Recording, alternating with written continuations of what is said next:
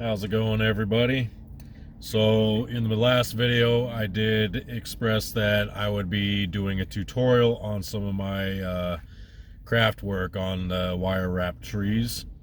So today I was going to be showing you how to do the border on the tree wall hanger. It's going to be basically what I use is a 6-inch hoop. So this is 6 inches in length, or in circumference all around. So I'll just take, I get one of these have a weld on there. These welds on mine are not very strong, so I got to be really careful about where and how I wrap it. So I take a 6-inch ring, and this is basically what it's going to turn into. This is what I'm going to show you to do. You can see it comes out brown on top, and it's like black on the bottom section. It's just kind of a rough ridge crossover wrap that I do. So this is what it looks like when it's finalized. And I do have the little hanger. I just did a one of the suede hangers on it. So that's what I'm using is medium brown and a black suede, and this is just really thin thong, basically, cord that I use. And so what I do to start is I got to measure the length that I need, and you're going to need quite a bit. 6 inches around doesn't seem like a lot, and I don't really know the most accurate way to actually measure it. So I'll take both of my colors and I hold it in, in my hand like that, and I just kind of, I'll do a full length arm, and I'll do that twice. So I have quite a bit of cord here, and then grab my scissors, and then I just take my scissors here and cut those cords. Voila. All right, so then you got the suede cords or leather. You can use whichever you want to use for it, or you don't have to use it at all. I mean, they have different colors. I don't know if this is I don't think this is a painted. It's not a tarnish resistant, that's for sure, but they have different colors. You can get, like, Hobby Lobby has the silver ones that you can get there, and they're pretty inexpensive. But I have a gold one here. That's what I'm using. So what I'm going to do to start is I take my thongs here, my cords, and I try to keep it flat, side by side is what I'm going for. So I'm keeping it kind of like that. I'm giving it, a good 6 to 8 inches. And then what I'm going to do is I'm going to start that on top of my ring here. So the way I do that is I kind of make a little loop out of it. So I got a little loop here, and I'll just kind of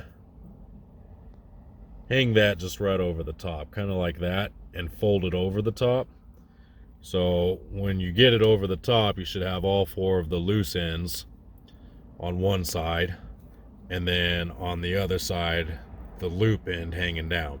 So after you fold it over the top of the ring itself, like that, you're going to actually put it through the loop on the other side through the bottom. So I don't know if you can see this. I'm pulling it through the loop on the other side. So I kind of pull all my cords through, get that through. And I missed something there. So let me do that again. I got one of them. I missed one of the cords, so it didn't go through. But I'll show you that again real quick, and kind of what it looks like. And in the tutorial here, I don't know if I'm going to be doing much editing out, or if I'm going to try to keep this, pretty much straight through as I'm showing. And I'm working out of my van. I am sitting in the driver's seat. It's not the most comfortable places to do this, to show you all. Okay, so I'm hanging my loop down again on one side, pulling the rest of it over the top, and it's kind of like the bunny ears for tying a shoe. You pull all those other cords through, and I missed one again, but I caught it this time, so it should still be salvageable here. And get that through. Okay, so now that you got them all through, all you do is you take those ends and you just kind of line them up again so they're flat. And usually do the solid band on this center. So I got black on the inside, brown on the outside, and I just kind of pull those tight and adjust a little bit on here just to make it look neater. So then basically what you end up with is that's going to be where your hanger is. So it helps to have a little bit of extra cord at the end so you can tie the hanger. I got just a little bit here, so I think that will work for me. So once you get that all on there, it's on there. I'm going to put that back over where the weld is on this ring, so it kind of holds it around the ring itself. All right, so now what I'm going to do, and this is where it gets kind of tricky, I'm going to drop this camera down a little bit so you can see better.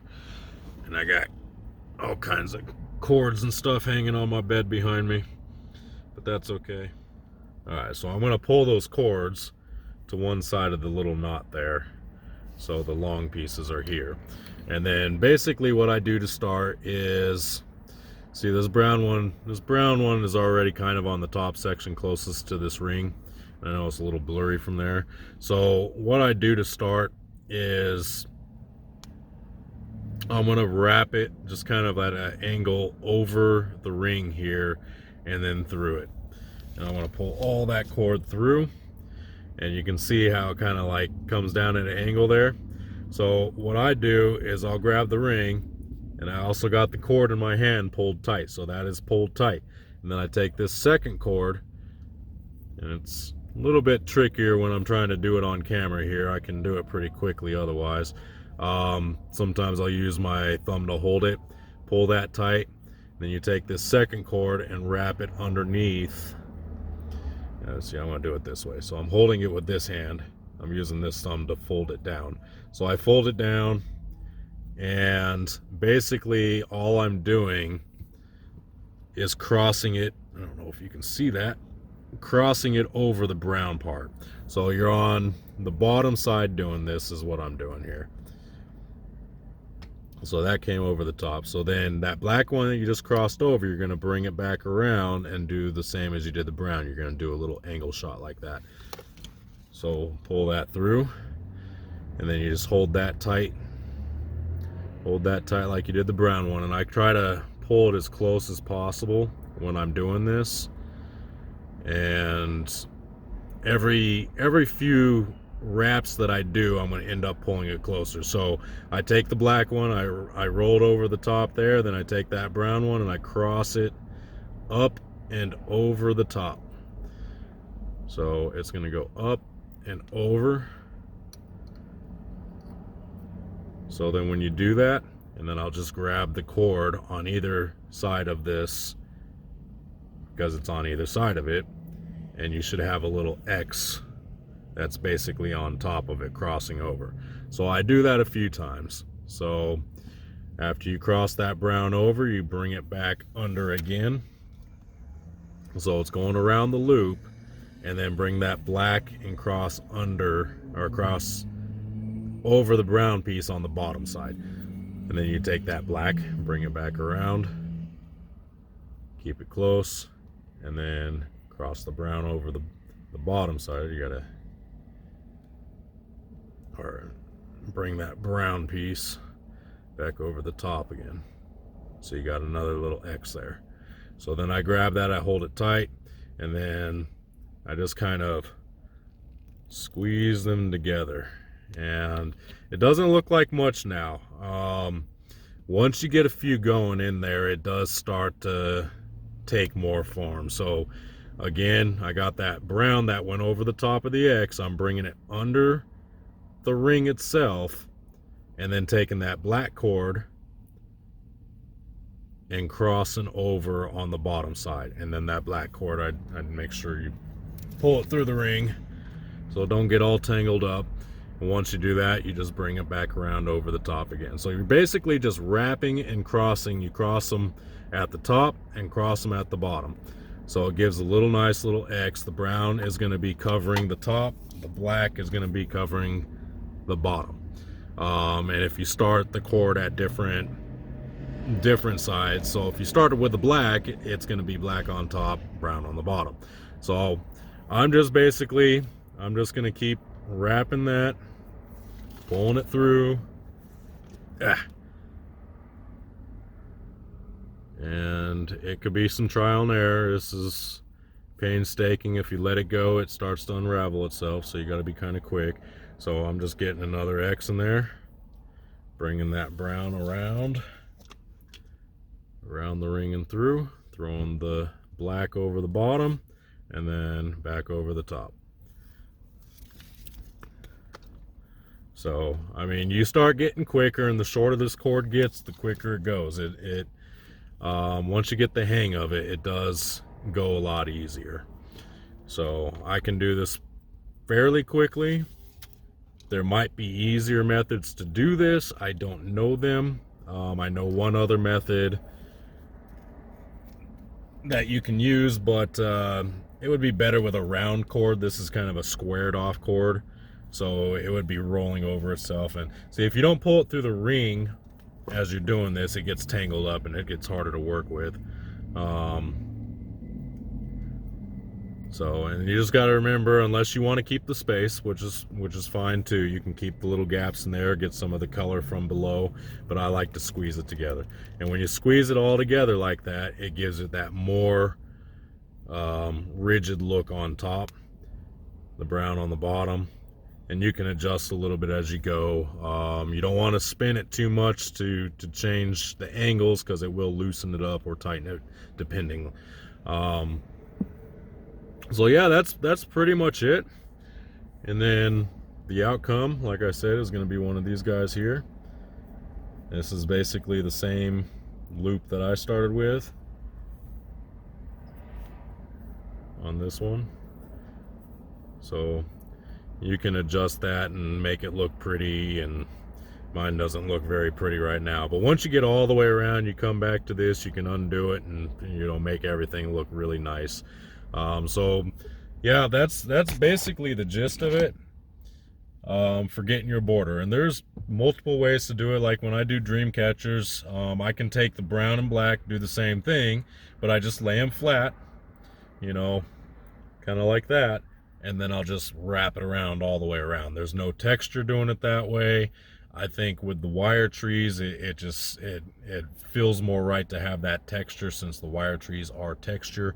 And you know, I don't know if I showed again in this video, but if you saw the intro, you saw what I'm doing. So this is going to be the outcome. This is what we're doing here. This is the outer loop, the outer ring there. It's a 6-inch ring. Once you get all the way around like what I showed you, you tie it off and you can get yourself a loop. This one doesn't have it, but this is what we're going to be basically making here. If you haven't seen it already in the intro video, we are going to complete this within 3 to 4 videos. So this is my first video showing you how to do the wrap, and it's basically just wrapping over, under, while crossing the cords on the top and on the bottom. And I got so many cords, so much length on this thing, which is necessary, because by the time I get around to the end, it's going to be down to nothing.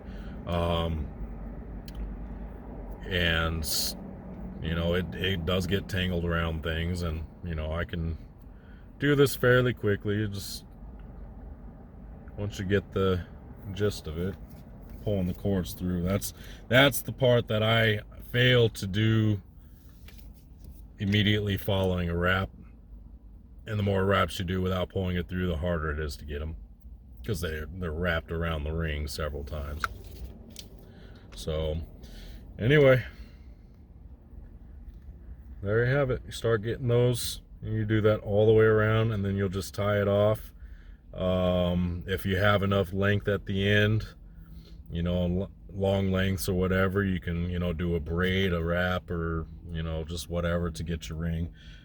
So yeah, that's it for the first tutorial on making one of these, so we can make one of these.